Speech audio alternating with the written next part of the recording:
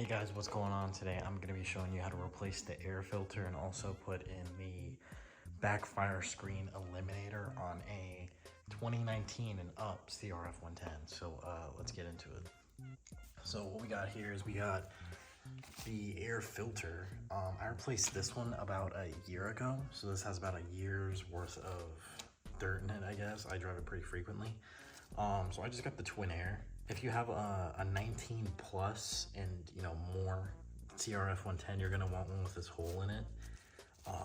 The one I got actually last year didn't have the hole, so I just kind of cut it in the foam. It's not a big deal, I'll show you that. And then I also got this FM backfire screen eliminator. If you don't know what that is, we'll see. And you don't have to put that in. This will also just be replacing the air filter. So what you're gonna need is basically just a 8mm socket and just a ratchet. And what we're gonna do is there's one bolt here, one bolt right there, and then same on the other side. And we're gonna take those out and pop this off.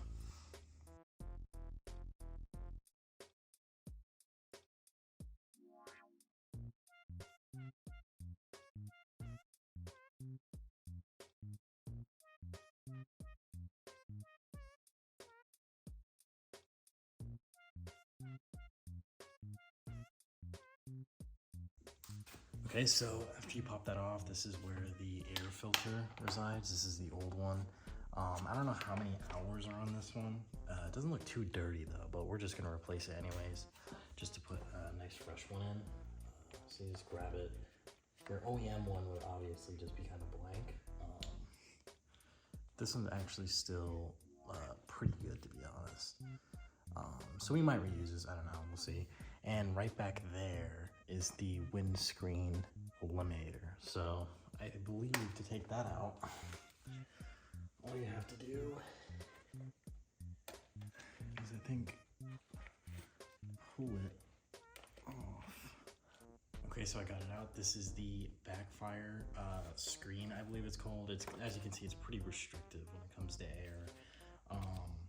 It does have two screws right here, so you basically take them and bend the tabs back on the screws and just use a Phillips head and just unscrew them. They're not in super tight, and yeah, just take it out. So next we're gonna put this one in. It doesn't seem like you need to screw this one in. It just seems like you just need to place it in there. And then probably place the filter on top. And we're just gonna reuse the old filter. So I would recommend, just because, I mean, it's not even dirty on the back, so I could just replace it another time, I guess. So just put the filter through that hole right there. Make sure it has this little plastic grommet on it. It holds it in better.